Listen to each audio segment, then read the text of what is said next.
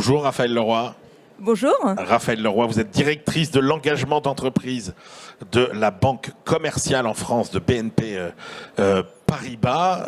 On est ravis de vous accueillir évidemment. Vous serez vous aussi au Day One en avril et donc voilà, pour cadrer un petit peu les thématiques qui seront abordées lors de ce grand sommet. On est ravis de vous interroger. D'abord, alors peut-être, bon, tout le monde connaît BNP, mais rappelez-nous les grands métiers de BNP Paribas et puis surtout, finalement, comment la philosophie d'une grande banque est en train de changer pour accompagner cette transition écologique.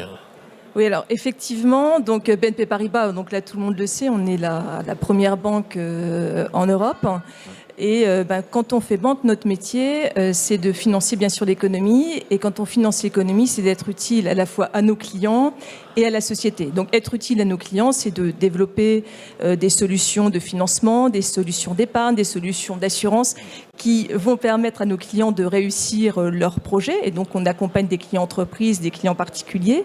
Et puis être utile à la société, eh bien c'est mettre toutes les expertises de la banque, nous mobiliser au service des grands enjeux. Alors aujourd'hui, il y a un enjeu qui est clé, c'est le défi de la transition écologique et sociale. Et c'est la raison d'être finalement de mon métier d'engagement d'entreprise. C'est de faire en sorte que tous ces enjeux durables, nous les ancrions dans notre métier du quotidien. Alors vous êtes côté banque commerciale, oui. Pas côté banque Exactement. d'investissement. Oui. Qu'est-ce que c'est que l'engagement d'entreprise dans la banque commerciale ? Eh bien, c'est justement ce que je vous dis, c'est comment dans notre métier du quotidien, dans les offres que nous développons, dans nos engagements sur le territoire, nous allons mettre les enjeux sociaux et environnementaux dans nos métiers du quotidien. Donc, par exemple, moi, mon métier d'engagement, c'est de contribuer à la transformation de la banque pour justement faire en sorte que nous puissions accompagner nos clients particuliers, nos clients entreprises dans la transition écologique et sociale. C'est que nous puissions fédérer l'ensemble des collaborateurs sur ces enjeux. C'est aussi que nous nous impliquions toujours plus sur les territoires où nous avons des agences, où nous avons des centres d'affaires pour contribuer collectivement à une transition plus juste. Mais alors concrètement, comment ça va se passer ? C'est-à-dire que les entreprises vont venir vous voir et vous allez leur dire ah bah non là tel projet c'est pas bien, on peut pas vous financer ça, ou par contre ça oui vous pouvez y aller, etc. C'est compliqué quand même. Alors là on est vraiment sur un sujet de transition, donc on est sur je pense qu'on prend tous conscience aujourd'hui de l'urgence climatique, de l'urgence de nous mettre en mouvement. Donc d'ailleurs c'est un mouvement qui nous engage collectivement, on a tous un rôle à jouer et les banques bien évidemment ont un rôle moteur à jouer. Ce rôle moteur, il est d'embarquer nos clients dans cette transition. Mais nos clients n'ont pas tous le même niveau de maturité, que ce soit nos clients particuliers, que ce soit nos clients entreprises. De plus en plus, tous, nous avons envie de nous emparer de ces sujets, mais nous ne savons pas toujours comment les prendre. Et donc le métier de la banque, le rôle de la banque, ça va être de sensibiliser nos clients, de les guider et de les accompagner pas à pas sur cette transition. Parce qu'on voit bien que la question cruciale qui va quand même se poser, justement, pour passer des bonnes intentions aux actes, c'est quand même la question du financement, quoi. Oui, il faut effectivement, le rôle de la banque est moteur, puisque si on veut réussir cette transition, et le rôle de la banque, c'est de plus en plus mobiliser ses financements, ses investissements pour ces enjeux de la transition écologique et sociale. Alors comment on va mobiliser ces enjeux ? C'est un véritable plan de transformation, et donc nous sommes en train de déployer en France notre plan d'action autour de 3 leviers majeurs de transformation. Donc le premier, c'est effectivement de déployer une offre à impact positif pour entraîner nos clients sur ce chemin de la transition. Alors comme nos clients n'ont pas le même niveau de maturité, il faut que ces offres, au travers de ces offres, on les sensibilise, on les incite, on facilite leur passage à l'action. Le deuxième enjeu, et il est crucial, c'est que nous avons des collaborateurs qui, comme nos clients, n'ont pas le même niveau de maturité. Donc nous devons de manière très importante développer leur niveau de compétence sur ces sujets. Ils ont la culture financière, ils n'ont pas la culture extra-financière. Donc le gros enjeu, c'est qu'ils deviennent bilingues, qu'ils parlent à la fois la langue de la finance, mais qu'ils sachent parler la langue sociale et environnementale. Et ça, ce sont de nouvelles compétences.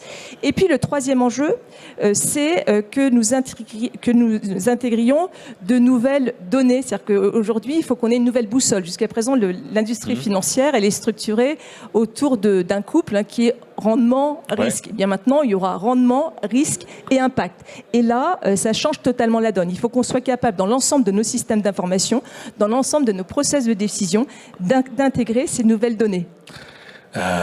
Pour vos équipes, c'est perçu comment? C'est-à-dire, est-ce que c'est perçu comme finalement quelque chose d'enthousiasmant, de retrouver... Alors tout le monde maintenant parle de sens dans le travail, etc. Est-ce que c'est un levier pour retrouver justement du sens et se dire qu'on fait un métier finalement, la finance, qui n'est pas un métier aussi horrible qu'il en a l'air, et aussi immoral qu'il en a l'air? Ou bien est-ce qu'au contraire, vous trouvez que c'est des nouvelles contraintes, les salariés traînent les pieds ou... Non, au contraire, cette transition est une transformation, elle n'est pas facile. Hein, il faut pas, ouais. C'est très compliqué. Les engagements doivent être immédiats, mais il faut vraiment qu'on s'installe dans une stratégie de long terme. En revanche, cette transition finalement nous concerne tous. C'est-à-dire que les collaborateurs de la banque, justement, retrouvent la genèse du métier du banquier que je donnais en introduction, qui est d'être utile aux clients, d'être utile à la société. Et aujourd'hui, en faisant leur métier de banquier, ils ont le pouvoir, justement, ils ont l'impression d'avoir ce pouvoir, ils l'ont, de contribuer à changer les choses, de contribuer en accompagnant leurs clients à faire en sorte d'accélérer cette transition. Donc il y a un vrai sentiment de fierté. Après, il faut que qu'on accompagne nos collaborateurs, mais c'est effectivement un superbe levier pour donner du sens à l'action. Et donc vous allez faire un énorme effort de formation, par exemple? Alors on a lancé, au niveau du groupe, une académie, la Sustainable Academy, et au niveau de la Banque commerciale en France, on a lancé l'académie Banquier Engagé, donc un programme de formation très concrète, avec pour objectif d'abord d'aligner les 25 000 collaborateurs de la banque sur un niveau, sur un socle commun de formation. Donc là, il y a eu des formations pour comprendre les fondamentaux, et puis ensuite des programmes spécifiques sur l'économie circulaire, sur la mobilité durable, sur la neutralité carbone, pour que nos conseillers se sentent à l'aise et puissent engager le dialogue avec leurs clients sur ces sujets, deviennent acteurs de cette transformation. Mais est-ce que ça vous conduit aussi au sein de la banque commerciale à revoir finalement vos processus de décision? Honnêtement, il y a un reproche qu'on fait beaucoup aux banquiers, c'est que il y a 20 ans, il y a 30 ans, quand un petit patron il allait voir son banquier, il avait une réponse relativement rapide du directeur d'agence qui avait finalement certaines marges de manœuvre pour lui dire bah oui, non, ton projet, etc. Donc, maintenant, les principales critiques, c'est tout ça remonte dans la hiérarchie, les gens auxquels on est confronté au quotidien nous disent qu'ils n'ont pas le pouvoir de décision, etc. Il y a une espèce de déshumanisation comme ça de la décision. Est-ce que ça aussi, là-dessus, vous travaillez sur ces sujets-là? Alors depuis quelques années déjà, on a effectivement raccourci les circuits de décision pour que le directeur d'agence de proximité, le directeur du centre d'affaires puisse décider le plus rapidement possible. Donc ça, c'est un enjeu de manière générale pour fluidifier les circuits de décision. Mais là, moi je m'occupe de l'engagement d'entreprise, donc le sujet c'est comment aujourd'hui, le gros enjeu, ça va être le passage à l'échelle. Donc comment on va changer l'échelle de nos actions. Et pour changer l'échelle de nos actions, il ne faut pas que ce sujet soit cantonné à une niche ou à quelques personnes. Il faut généraliser la finance durable dans toute l'entreprise, à tous les niveaux opérationnels. Il ne faut pas qu'il y ait un petit peu de vert par-ci, un petit peu de vert par-là.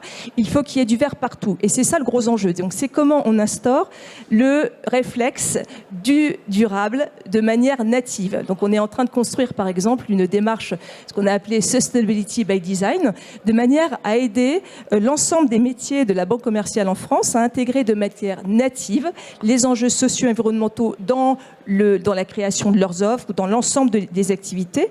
Et non seulement cette démarche doit permettre de généraliser la finance durable, mais le deuxième objectif, c'est qu'on le fasse dans un cadre très robuste, puisque la crédibilité de notre démarche dépend vraiment de la robustesse des méthodes que nous allons employer, de la robustesse des datas que nous allons collecter.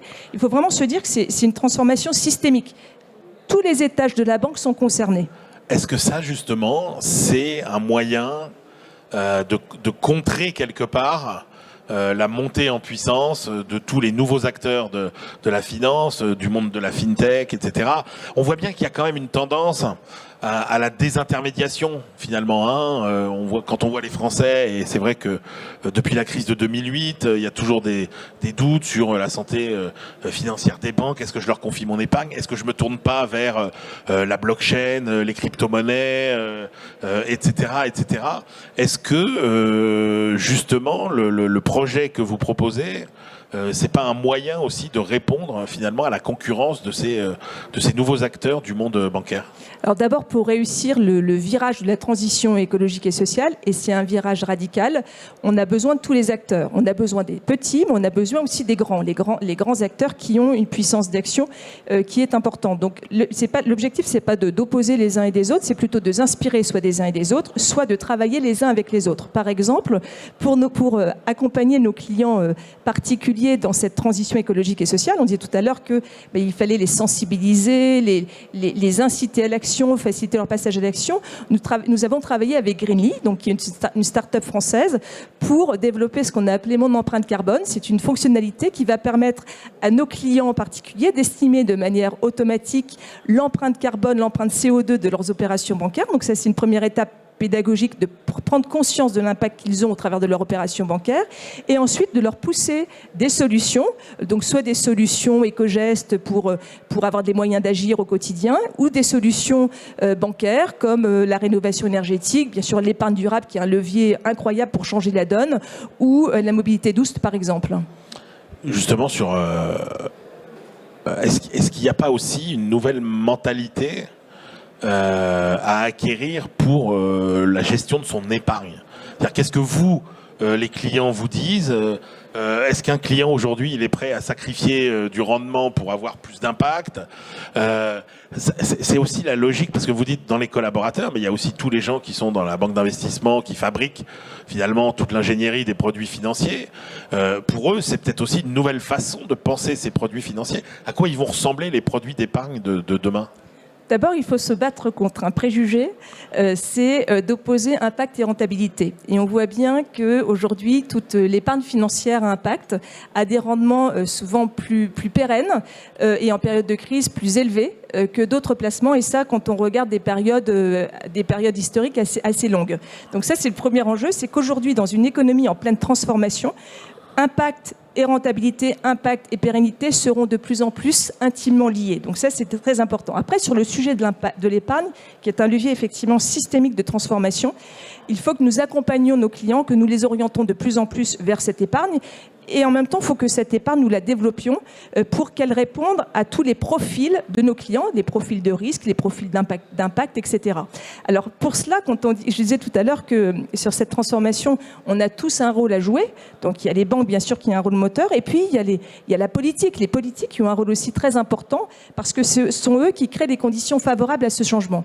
Et donc par exemple, en matière d'épargne, vous savez qu'en Europe, c'est la Commission européenne qui est à la manœuvre justement parce qu'elle veut faire de l'Europe le premier continent à atteindre la neutralité carbone en 2050. Et donc par rapport à tout le dispositif qu'elle est en train de poser, il y a tout un sujet justement sur l'épargne, sur MiFID. Vous savez, jusqu'à présent, quand vous allez voir votre banquier pour investir sur les marchés financiers, il va vous interroger sur vos profils, votre profil de risque, vos horizons de placement. Dorénavant, le banquier, le conseiller va aussi vous interroger sur vos préférences sociales et environnementales. Ah ouais. Donc et ça va faire partie. Donc c'est une nouvelle réglementation, mais positive parce qu'elle va nous permettre d'accélérer justement, mieux vous connaître sur vos préférences et vous proposer des placements qui sont en adéquation avec est-ce que c'est plutôt l'économie circulaire, est-ce que c'est l'inclusion sociale, est-ce que c'est l'égalité des chances, est-ce que c'est la transition énergétique, etc. Merci beaucoup, Raphaëlle Leroy. Je rappelle que vous êtes directrice de l'engagement d'entreprise de la Banque commerciale en France, de BNP Paribas. Et vous aussi, on vous retrouve au sommet Day One en avril prochain. Merci.